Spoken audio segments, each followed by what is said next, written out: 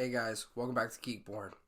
So, first off, sorry if I sound a little sick, getting over something.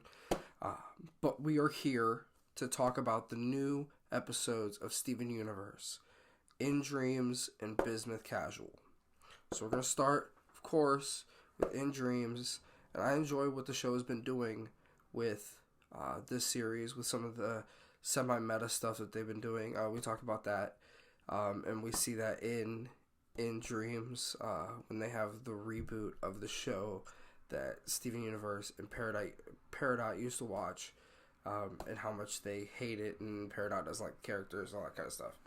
We get into it though. We first see Steven. He appears to be coming home to a party at his house, in the home below the temple, with all of his friends in attendance. We see Lars, who was already supposed to be out in space with the off colors, and Connie, who we haven't actually seen yet in any of the episodes up to this point. But as soon as he tries to enter, the door's just gone, vanishes. The floor starts to fall away. The cookie cat giant thing at the top of the temple starts talking to him, telling him how he's not needed, and he starts to fall. And he wakes up from this nightmare. Then Peridot finally comes in. Oh my goodness, right about the time Steven wakes up, we hear Peridot. Steven's excited to hear Peridot. We're excited to hear about Peridot. She comes in, they're talking about, they start talking about the show that they were watching, and the reboot that's coming out, because Steven just taped the first episode of this new reboot show. They watch it. And of course, just like most people would watch any kind of new reboot, they always have something wrong with it. But during watching the tape, we find out that Steven actually has part of his power set is transmitting his dreams to the TV for some reason. So that's excuse me. That's basically the plot. We're gonna go through, and they try to reboot the reboot by having Steven dream up different things, how they want the story to go, and what characters they want to be involved. Of course, Steven's got to be there, so they come up with a character for Steven where he looks older. He looks like older Steven that we've seen during the original series when he ages. And then, Peridot has how she wants the show to go. Of course, Steven is continuously living through these dreams, and he feels like they're more people than just characters. They're not real. Peridot's like, they're just characters, they're not real. Why are you treating them like real people? Just like a lot of us would treat, Steven Universe characters like they're real people. They're real to us. We have the emotional connection with them. But we go through, we see him continuously try to project the dreams onto the TV, and eventually he's just had too much. He starts getting burnt out, and he thinks he wakes up, and you see that he's still in this nightmare. You can tell because he wakes up in his old room that he no longer has anymore. He wakes up in there, and he's having this issue, and Peridot's running away. He's trying to get Peridot to come back, and Peridot actually sees the whole thing. She doesn't want him to feel bad because he feels like he's losing her, because they always had something to fix, starting with the cluster, and then Homeworld in general, and building Little Homeworld, but everything's coming to an end, and not everything needs done anymore. So Steven's worried about losing all of his other friends that have already gone away, and he doesn't want to lose another one like Peridot. But they say that they'll always be friends, and that's where we leave off in Dreams. Now, a lot of reasons to like Bismuth Casual. We finally get to see Connie again. We've seen Bismuth a little bit. We've seen Pearl a little bit, but we get to see them more in this episode. Especially Bismuth and Pearl in this episode. I cannot. Let's just get into it. We'll talk about it. So we finally get to see Bismuth and Connie along with Pearl being like some of the main characters in this episode.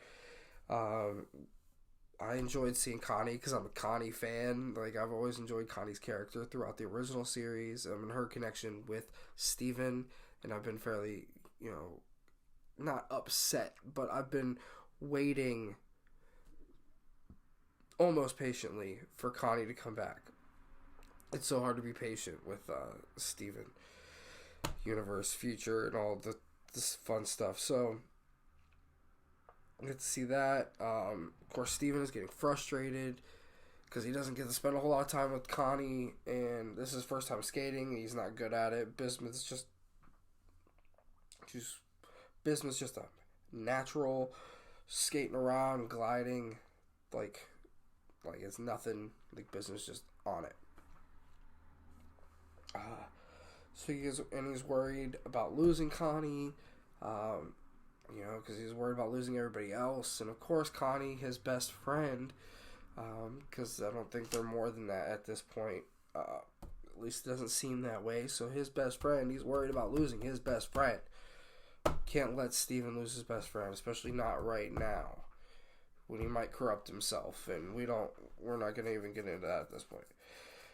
But of course, Bismuth, we find out, came from Pearl, because Steven and Bismuth are talking, and Steven's like, well, or Bismuth's like, Connie came for you, Steven.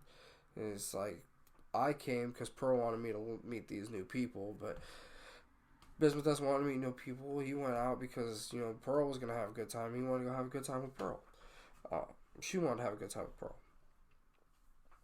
Eventually, Bismuth helps Steven get onto the floor. Steven goes through and falls flat on his face. Connie comes up because he screams for her. They talk for a minute, and he tells her how he feels. She goes through, and she doesn't quite understand, but they're about to do the skate competition at the skating rink, and, since Steven's not great, but Connie's pretty good, Connie has an idea. You see their hands touch, a little light flash, and bam, we still don't see nothing. They drop off 2 pairs of skates, pick up a bigger pair of skates, and we see Stevani. Oh my goodness. I miss Stevani almost as much as I miss Connie. I mean, it's a whole package. That's why you want Connie to be there. It's because, as Connie says, fusion, it's kind of their thing. Her connection with Steven. So they win the skate competition because, Stevani's just great at everything. The two of them, they're jam buds. You can't mess with them. But they win the skate competition, and they're allowed to pick the next song. Earlier in the episode, when they're on their way to the skate rink, there is a commercial that comes on. Pearl says it's her favorite song. So we go through, and they win the skate competition. Steven tells Sour Cream, who is running the DJ booth, to play that, and has it commemorated to Bismuth and Pearl. What a nice thought. Bismuth was kind of worried, because she doesn't want Pearl to know how she feels exactly. But, no hard feelings for a fun little song, having Pearl's favorite song played. I originally thought that Pearl might end up with volleyball after that episode, and of course Pearl's kind of oblivious to how Bismuth feels, so we don't know what's going to happen. But maybe by the end of the series we'll get confirmation that Bismuth and Pearl end up together more officially. Or you never know. With Steven Universe Future is just full of surprises. You never know what's going to happen. Comment what you think's going to happen below. Like if you like the video. Subscribe for more Steven Universe videos as the series ends. And remember, some of us are just born geeky. You have a good one.